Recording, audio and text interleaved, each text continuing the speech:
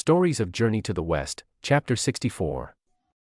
Right after Tang Sanzang and the disciples saved the Jisaigo kingdom. Huge thanks from the king, obviously.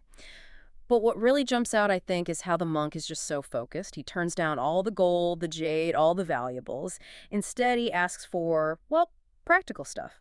New clothes, shoes, sashes, some dried food. It really kind of highlights the whole point of their mission, doesn't it? It absolutely does. It sets the tone right away. Their focus is the journey, not, getting rich. And the send-off they get is quite something. The king, officials, regular folks, even monks from Furlong Temple. Everyone's there, music playing, a real hero's farewell. But here's where it gets complicated. The king and officials head back eventually, but these monks from Furlong Temple, they keep following for like 50 or 60 lines. That's what, 15, 20 miles? Some are even begging, let us come, let us serve you. How do you even handle that? You've got this dangerous quest, and these guys, well-meaning but totally not cut out for it, want to tag along. That's a really interesting dilemma, isn't it? It's about setting boundaries. Even when people really admire you, you have to say no, but gracefully if possible.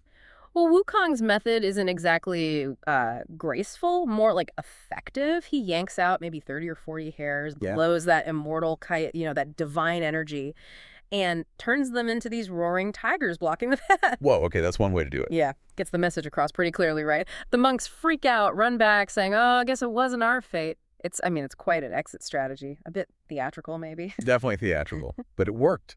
Separation achieved. So the monks are gone, finally. Our four heroes are back on the main road, heading west. Seasons changed. It's spring now. Travel should be nice.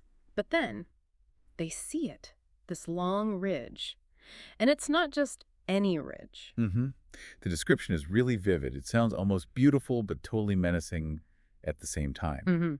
There's a path on top, yeah, but it's completely swallowed up by tangled thorns and vines. Like the path is under this dense canopy of thorns. Exactly. And Tang Sanzang just sees it and despairs. He's like, how can we possibly walk this? He says only snakes or bugs could crawl through. Definitely can't ride his horse. It looks completely impossible. And that's such a classic story element, isn't it? The obstacle that just seems insurmountable. It forces them to stop and figure things out. And, it immediately sparks a little debate. Right. So Wukong, being Wukong, flies up to get a better look.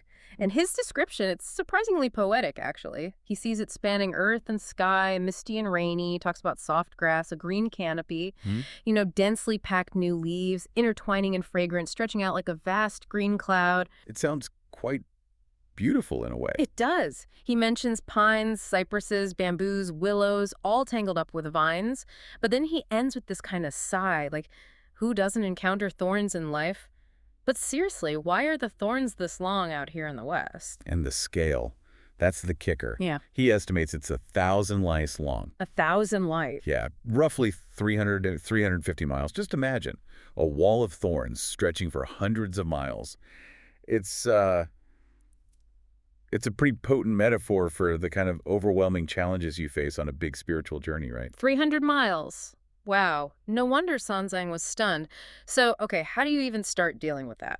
Sha Sang pipes up first. He's the practical one. Suggests, let's just burn it, like clearing wasteland. Seems logical, right? Quick, decisive approach. Fire solves lots of problems. But it gets shot down immediately. Baji jumps in, hold on, you only burn wasteland in late autumn or winter when everything's dry. It's spring now, he says. Prime growing season. It won't burn properly. Good point, actually. Yeah, practical consideration. And Wukong adds the clincher. Even if it did burn, it would hurt people. Maybe implying spirits or just, the potential for uncontrolled fire. Right. So the quick and dirty solution isn't always the best one. You got to think about timing, consequences. Definitely.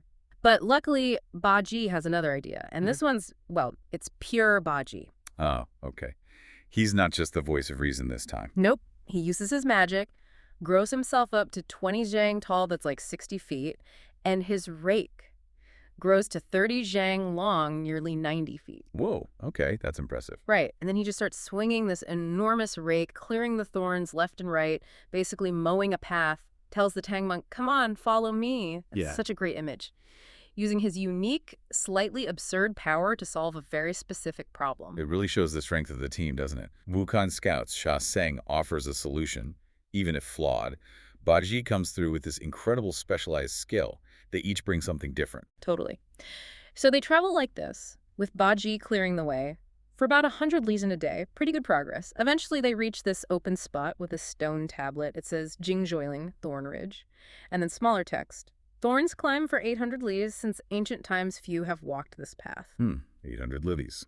Wukong thought 1,000. Maybe the tablet's older, or just a different perspective. And Baji, of course, being Baji. Oh, yeah. He can't resist. He adds his own lines to the tablet. Something like, "Old pig was here and I smashed through this. From now on, the path to the west is totally flat." Huh. That's pure confidence. Or maybe arrogance. Either way, he's definitely proud of his work. He earned it, I guess. Tang Sanzang wants to rest, but Baji's all fired up. "Nope, weather's good, we're making progress, let's push on through the night." Wow, real dedication there. Keep the momentum going. So they do. Another full day and night, just clearing thorns. As evening falls again, wind rustling through bamboo and pines, they find another clearing, and in it, an ancient temple. The description here is quite something, too. Creates a real mood. Ancient temple by cold stream, desolate mist, deep years among white cranes, green moss. You get this picture of somewhere really old, really isolated, kind of beautiful but lonely. Yeah, idle flowers, wild vines, quite around walls. Serene, maybe. But Wukong, he immediately gets a bad feeling. He just says, "This place feels more ominous than auspicious. We shouldn't stay long." What do you think is picking up on it? Sounds so peaceful. That's Wukong's superpower, isn't it?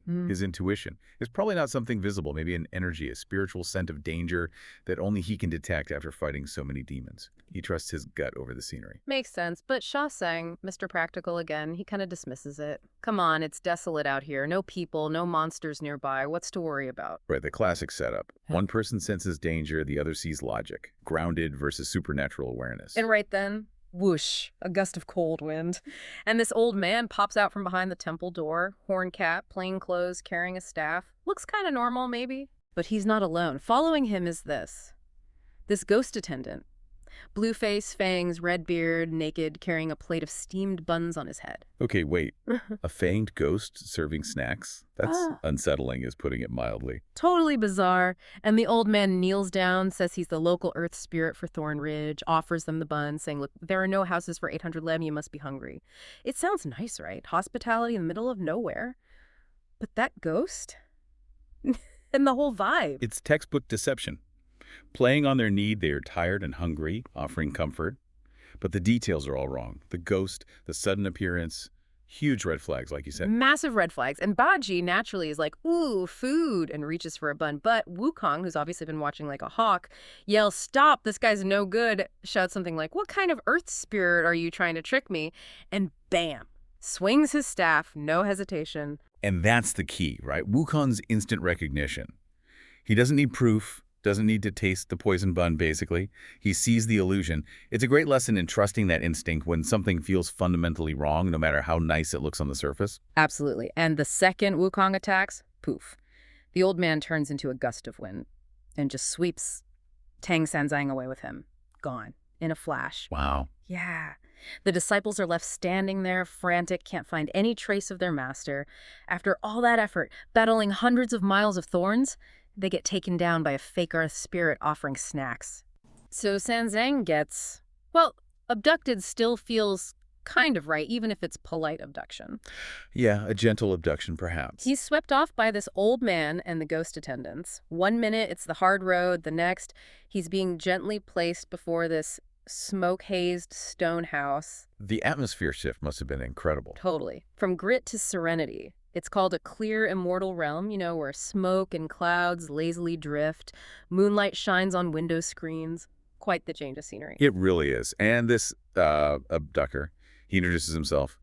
Jinjiling Shibagang. The 18 Duke of the Bramble Ridge sounds quite imposing. It does. But his reason for bringing Sanzang there is, well, surprisingly pleasant. He just wanted to invite him to meet friends and discuss poetry, to release our feelings. So less nefarious plot, more mystical salon invitation. Exactly.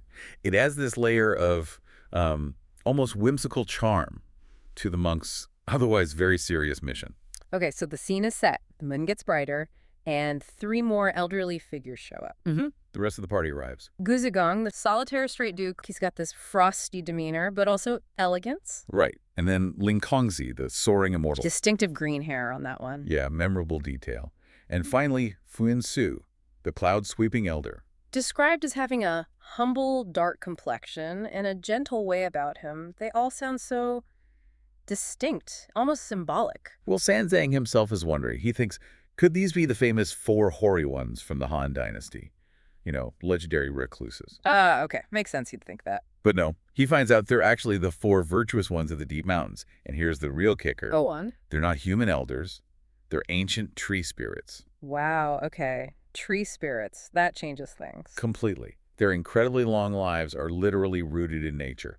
It's fundamental to who or what they are. And their self-descriptions, they really lean into that, don't they? Wujigong says he's 1,000 years old, supports the heavens. Strong and enduring, honest and cultivates truth. Very tree-like virtues. Then Ling Kongzi, also 1,000, defies wind and frost, talks about his strong branches and roots, finding longevity secrets. Fu Yunsu is even older, thousands of autumns. He calls himself cold yet refined, avoids the hustle and bustle. Right, endures frost and snow gracefully, even mentions hanging out with sages and recluses. And Jinji Shibagong, the host, also over 1,000, evergreen and refined, benefiting from nature, providing shade. It's beautiful imagery. It really is. And think about that contrast, right? These ancient, literally rooted beings Yeah. engaging in very human-like things like poetry and philosophical discussion. It's fascinating. Okay, so now we've met the host. The focus shifts back to Sanzang. They ask him his age. Right, and he tells them 40 years since birth. But he also shares a bit about his backstory The disastrous fate early on, falling into water. and being saved by Jinshan Temple. It grounds him again for us, reminds us of his own journey. And he mentions how he's cultivated diligently ever since, and that the emperor sent him west. It sort of establishes his credentials, you know? Definitely. He's not just some random monk. He's on a major spiritual mission, backed by authority and discipline, which makes his presence there even more significant. So they've heard about him, they're intrigued by his journey and his whole vibe, and they ask him for guidance. On Chan Dharma, Zen, as we might call it. Exactly. So what does he tell these ancient tree spirits? This is the core, right? This is where the philosophical meat is. He lays it out pretty clearly. He says Chan is stillness, Dharma is liberation, or transcendence. Okay. Stillness and liberation. And he explains that this liberation achieved in stillness only comes through enlightenment, which for him means actively doing something, Yeah. like washing the mind, purifying thoughts, shedding the mundane. It's a process, a discipline. Right. An active path. He also mentions those three rare things, doesn't he? Yeah, he does. That having a human body is rare and precious. Being born in the Middle Kingdom, China, is also hard. And encountering the true Dharma, the true teaching, is the hardest of all. So he's basically saying, look, this meeting, this discussion we're having, it's an incredibly rare opportunity. Don't waste it. Yeah, it really frames the conversation with a sense of profound importance. He also touches on clearing out the 6 roots and 6 consciousnesses. Which is basically purifying your senses and mind from worldly distractions. Yeah. Exactly, getting beyond attachments. And he briefly mentions the nature of Buddhahood itself, beyond birth and death, lack and excess. He's giving them the whole package, his structured path. Okay, so Sanzang has laid out his case, his understanding of the path to enlightenment. Very clear, very structured. You'd think they'd all just nod along, maybe ask clarifying questions, but then Funan Su, the cloud-sweeping elder, The one with the humble look. that's him. Despite praising Sanzang earlier, he comes back with something quite startling. He says their Tao, their way, is greatly different. Wow. Okay, so a direct counterpoint. A very direct one. It definitely shifts the energy. And his argument comes straight from who they are, right, as trees. Exactly. He says we are born solid. He emphasizes their substance. Their function is just different from Sanzang's human-centric path. So he's talking about their inherent connection, receiving sensations from heaven and earth, being nourished by rain and dew. Defying wind and frost, having 1,000 branches of integrity. It's all about this organic, natural wisdom that comes from just being part of the world, not striving outside it. And he gets quite critical of Sanzang's approach. He asks why cling to Sanskrit and go west for proof. When Tao originated in China, he says, like, you're looking in the wrong place, wasting straw sandals. Ouch. And the metaphors he uses are really strong. He talks about Sanzang's path being like having a stone lion's heart dug out. Or wild fox's saliva filling the bones. Yikes. That implies something hollow or corrupted, doesn't it? It really does. He calls it forgetting your roots to seek Zen, vainly seeking Buddha fruit. He compares it to confusing riddles like bramble ridge's entanglement or vine's confused words. So he's basically saying Sanzang's intellectual scripture-based approach is missing the point. Yeah. That it's overly complicated and maybe even artificial. Pretty much. He tells Sanzang to examine the face before you, suggesting the truth is immediate, present. He asserts that stillness naturally has life. You don't need to achieve it through intense effort. And illustrates it with those paradoxes. Yeah, like drawing water with a bottomless bamboo basket or growing flowers on a rootless iron tree, things that seem impossible but point to a different kind of reality or understanding. So after Funsu drops this philosophical bombshell, how does Sanzang react? He's actually vows and thanks. Yeah. No defensiveness. And the others, Shibagong and Guzigong, help him up. It seems like this kind of debate, even a sharp one, is part of their interaction. No hard feelings. Right. But then Ling Kongzi, the green-haired one, does something interesting. What's that? He laughs Yeah. and says something like, Fu and Su clearly leaked secrets. Leaked secrets. Like he got too carried away with the philosophy. Maybe. Almost like, whoops, you went a bit too deep there, buddy. And then he smoothly pivots the conversation back. Back to what? Back to why they invited Sanzang in the first place. He reminds everyone they didn't bring him there for a heavy discussion on cultivation. Ah, right, despite just having one. Exactly. He says the point was simply to chant and wander freely, meet friends and discuss poetry to release our feelings. For Yun-Su, he points out this stone house, the Wood Immortals Retreat, saying it's, perfect for quiet reflection, maybe a cup of tea. It sets a really serene mood right from the get-go. And inside the hermitage, it sounds even more welcoming. The text mentions a crimson-robed attendant serving fulingao. Is that right? Fulingao, yeah. It's a type of cake often made from a fungus that grows around pine roots. And fragrant tea, too. So it's this incredibly tranquil little spot, isn't it? Mm-hmm. Especially considering the tough journey they're usually on. Absolutely. And the source material really leans into that. It explicitly describes the ambiance, saying something like, water flows from the stone, fragrance drifts from the flowers. The whole place is clear, pure, elegant. Not a speck of dust. Wow. Yeah, so it's signaling immediately. This isn't just a pit stop. It's something different, a place for thought, a real shift from, fighting demons and crossing mountains. And that calm atmosphere, it clearly affects Tang Monk, because he just comes out with a line of poetry seemingly off the cuff. He does. He says, Hulin, Chansi Wang Wuqian. Which means? Roughly. Zen mind like the moon, utterly dust-free. That sounds pretty significant for him. That single line really captures his core spiritual goal, doesn't it?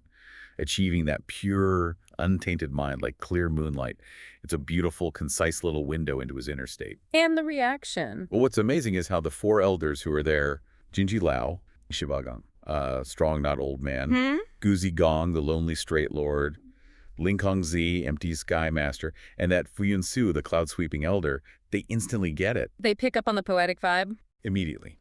Each one adds a line, continuing his thought. Shibagong says something like, poetic inspiration like the sky, renewed and fresh. Okay. Guzigong adds, good lines casually spun into brocade.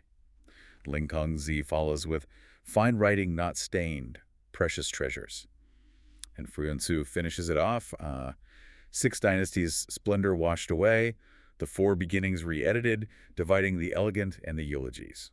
It's a rapid-fire display of poetic understanding. And Tang Monk's reaction to that, I imagine he's impressed. He is, but he's also incredibly humble. He uses that classic phrase, ban men non. Displaying an axe before Luban's door. Like showing off your basic skills in front of a true master. Exactly. He's basically saying, oh, that was nothing compared to you guys. Yeah. But the elders, they won't let him off the hook. They insist he finishes his thought, his complete couplet. So he does. He does. And his second line is, Banzan, Sun Fan Chao Wei Shu, Yin Huai Shou Sama Kung. which translates to something like, half-pillowed by pine breeze, the tea's not yet brewed, my poetic mood is carefree, full of spring. It rounds off his first line. It gives you this image of peace, quiet joy, that contemplative side of him you don't always see amidst the dangers of the journey. Okay, this is already fascinating. But then they shift gears into something even more intricate, right? This top-stitching technique. Yes, Dingzenziki. This is where it gets really clever. So explain that for us. How does top-stitching work? Okay, so imagine you're building a chain with words. The very last character, the last word of one person's line, becomes the first character or word of the next person's line. Ah, I see. So each line literally hooks onto the previous one. Precisely. It's like a poetic relay race, but you have to use the exact word handed off to you. It requires amazing mental agility and, a really deep vocabulary and understanding of imagery. Let's hear it then. Walk us through the sequence. Okay, Jinjiling Shibagang. starts it off. He says, "Shungbu huinhua adunbu fuinla wing shungufu." In spring not flourishing, in winter not withered, clouds come, mist goes, just as if nothing. The key word there is the last one, hu, meaning nothing, or without. Got it. So the next person has to start with wu.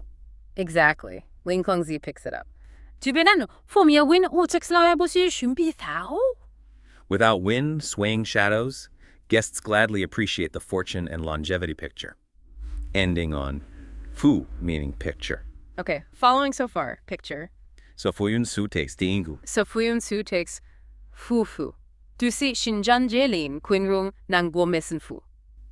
The picture is like the firm old man of West Mountain, pure like the unconcerned husband of the South. Ending on fu, meaning husband or man. And the last one. Gu Gong uses up to wrap it up. Fin xie changyangdong, dai wei henkazu sangwu. This one's a bit complex. Yeah, what's that mean? A man, because of side leaves, is called a beam. A platform, because of horizontal branches, acts as a watchful, guiding presence. That last bit, Shinom, the constitutional crow, is an interesting illusion, sort of like a wise observer, maybe offering guidance from above. Okay, so after this amazing top-stitching display, they move on to full poems. Yes, the elders basically ask Tang Monk to share a complete poem, and then they each respond with one of their own. And Tang Monk's poem, does it continue that Zen mind theme? Very much so. It's incredibly focused. He starts, No chaka, Bonyang, staff in hand, coming west to worship the Dharma King, desiring to seek wonderful scriptures to spread far. The whole poem is just this unwavering statement of his mission. It's all about the scriptures, the Buddhist path, bringing enlightenment back, pure dedication. A very clear statement of purpose. And how do the nature spirits, the elders, respond to that? They each offer these really distinct, powerful poems in response. It's almost like his spiritual declaration prompts them to reveal their own ancient truths. Interesting. Tell us about theirs. Jinjiling Shibagang, Strong Knot 1 has a line. Jinji Gugo, show me one. Strong Knot, solitary and lofty, laughs at the king of trees. There's a kind of pride there, but also humility. And crucially, he mentions that feeling Gao again at the end, tying back to the food, hinting at his pine spirit nature. His poem speaks of resilience, quiet strength over time. Okay, resilience. What about Guzi Gong, the lonely straight one? His poem includes lines like, Ojoin, Shongzi Chang Sokin Wang. Frosty demeanor always welcomes the king of birds to roost. So you get themes of quiet elegance, maybe bamboo-like resilience through harsh conditions, long life, providing shelter, standing tall but welcoming. Right, makes sense. And Ling Kongzi, Empty Sky. His poem talks about Unmongzi Ge Jindi Wang. Material for beams and pillars, close to emperors. This one feels very grounded, about deep roots, reaching high, providing stability and strength. Like a huge, ancient tree that supports structures, maybe even society. Foundational strength. And finally, Fuyun So, the cloud-sweeping elder. He starts with a bit of humor, calling his own poem basically just a few clumsy lines or doodling a poem, which is quite the understatement given his skill. Ah, yeah. His poem starts, Kiao Yongzhong Li Sheng Wang, in Cow Garden, happy with the Sage King. He brings in famous historical spots and figures associated with nature appreciation, like Ziyu, who loved bamboo. He places himself within this long tradition of appreciating natural wisdom and, timeless beauty. So when you put Tang Monk's poem next to these four, what really stands out, there's a contrast, but maybe harmony too. Absolutely. It's a fascinating dynamic. Tang Monk's poem is all about, let's say, vertical aspiration. Reaching up towards enlightenment, towards spreading the Dharma. It's driven by this single transcendent goal. Focused entirely on the spiritual quest. Right. Whereas the elders' poems are deeply rooted, you could say, horizontal. They celebrate endurance through time, the cycles of nature, quiet strength, the wisdom you gain by just being part of the earth for ages. Different perspectives on truth. Exactly. The harmony comes, I think, from this shared respect for finding deeper meaning. Whether it's through intense spiritual discipline like Tang Monk or through the patient, millennia-long observation of the natural world like the elders, it's like this dialogue between the questing spirit and ancient grounded wisdom. So how does this extraordinary meeting end? Well, as the night wears on, Tang Monk, ever responsible, starts worrying about his disciples. He wants to leave and find them. Understand. And the elders are incredibly gracious about it. They urge him to stay just until dawn, and they call the encounter a 1,000-year rare encounter, Kanzai Kifan. It highlights this wasn't just a chance meeting. It was a significant, perhaps destined intersection of different kinds of beings, different forms of wisdom, all connecting through poetry. And just when he's maybe settling, enter the apricot fairy. Yeah, quite an entrance. She arrives with attendants, green-clad ones with lanterns, then yellow-clad ones serving tea. Very elaborate. And she's described as stunning, right? Like emerald-like green posture, rouge-like red face, starry eyes, just incredibly more beautiful than legendary figures. Oh, absolutely. The text piles on the compliments. Celestial platform goddess is one comparison, and she does something quite pointed. What's that? She serves Tang Monk tea first. Personally, it's a gesture of, respect, but also singling him out, drawing him in. Clever. So it becomes this sort of poetry club. Pretty much. The atmosphere shifts quickly into a scholarly salon. They're discussing poetry, philosophy, and the elders are just gushing over Tang Monk's poetry. True Tang Dynasty works. Incredibly admirable, really stroking his ego. Flattery, the oldest trick. Right. And then the apricot fairy joins in. She offers her own poem very humbly. And those lines, rain-moistened red beauty, emerald green, a bit sour when overripe. Something about accompanying wheat fields. They sound nice, but... But are they just pretty words? Or something more? And that's the key, isn't it? Yeah. For someone like Tang Monk, maybe focused on the surface beauty, they're just poetic images. But if you had, say, spiritual insight... Oh, okay. Like Wukong might. Exactly. Then those aren't metaphors. They are literal descriptions of... Well, we'll get to that. Right. It's a confession hidden in plain sight, wrapped in art. Wow. Okay, so the beautiful trap starts to spring. The night wears on. And the apricot fairy's vibe changes. It gets more personal. She expresses affection, moves closer, whispers something like, "Good guest, why not have some fun tonight? Life is short, right?" Ooh, the direct approach, but still kind of philosophical. It is very clever. It's not a threat. It's temptation framed as carpe diem. Seize the day. And the real shocker, What? the old men, the venerable scholars, they encourage it. 18 Duke basically says Tang Monk should feel honored and just go along with her admiration. No way. The scholars. Yep. And then it gets formal. Solitaire Straight Duke straight up proposes marriage on her behalf. Marriage. Full-on marriage proposal. With him and sky-soaring masters, guarantors, and cloud-sweeping elder and 18 Duke offering to be the matchmakers. Like a proper arrangement. And then things escalate again with this ghost attendant. Sounds blunt. He is. He sort of storms in, angry that Tang Monk is refusing. He starts hyping up the apricot fairy, how beautiful, talented, poetic she is, insisting she's worthy, even offering to be the chief matchmaker himself, almost like a pushy salesman closing the deal. There's pressure from all sides. Threats, too. Oh, yeah. They threaten him, saying things like he won't be able to be a monk anymore, they'll have to marry her. Tang Monk, He holds firm. his heart like gold and stone, he's shedding tears.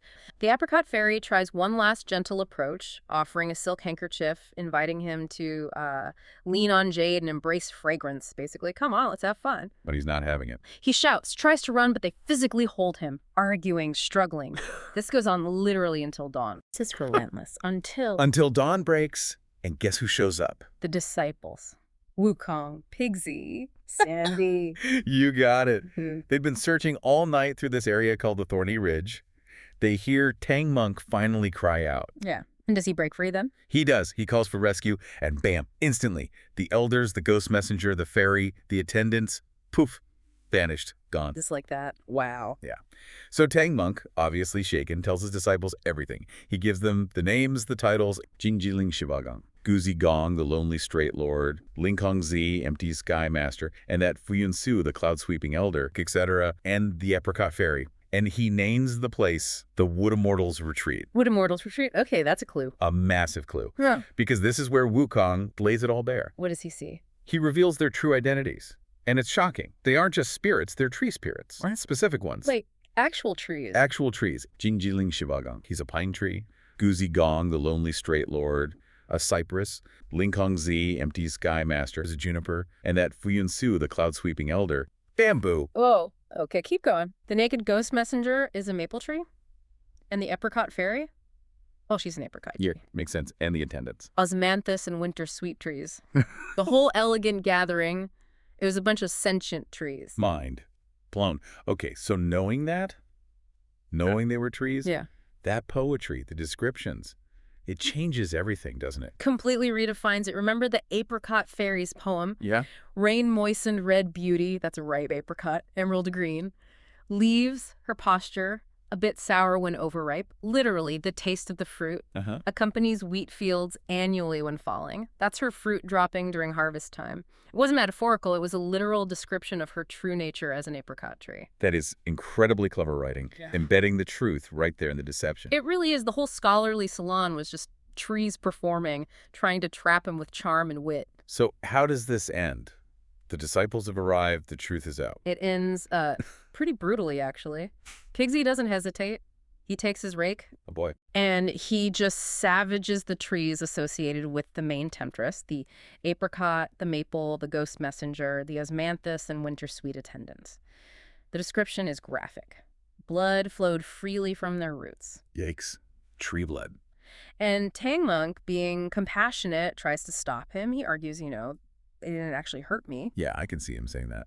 But Wukong steps in, and he's got this very pragmatic, almost ruthless foresight. He tells Tang Monk, essentially, don't pity them. If we leave them, they could grow into much bigger threats later and cause real harm. A lesson about nipping potential threats in the bud, even if they seem harmless now. Exactly. Wukong sees the potential for future evil, even if the immediate act wasn't violent. It's about preventing greater harm down the line. A tough call, but maybe necessary on their journey. So does Pigsy listen? He does. He then goes on to destroy all the trees Wukong identified. The pine, the cypress, the juniper, the bamboo. He takes them all down. Wow. Complete eradication. Total. Yeah. And with that threat neutralized, they just continue their journey west.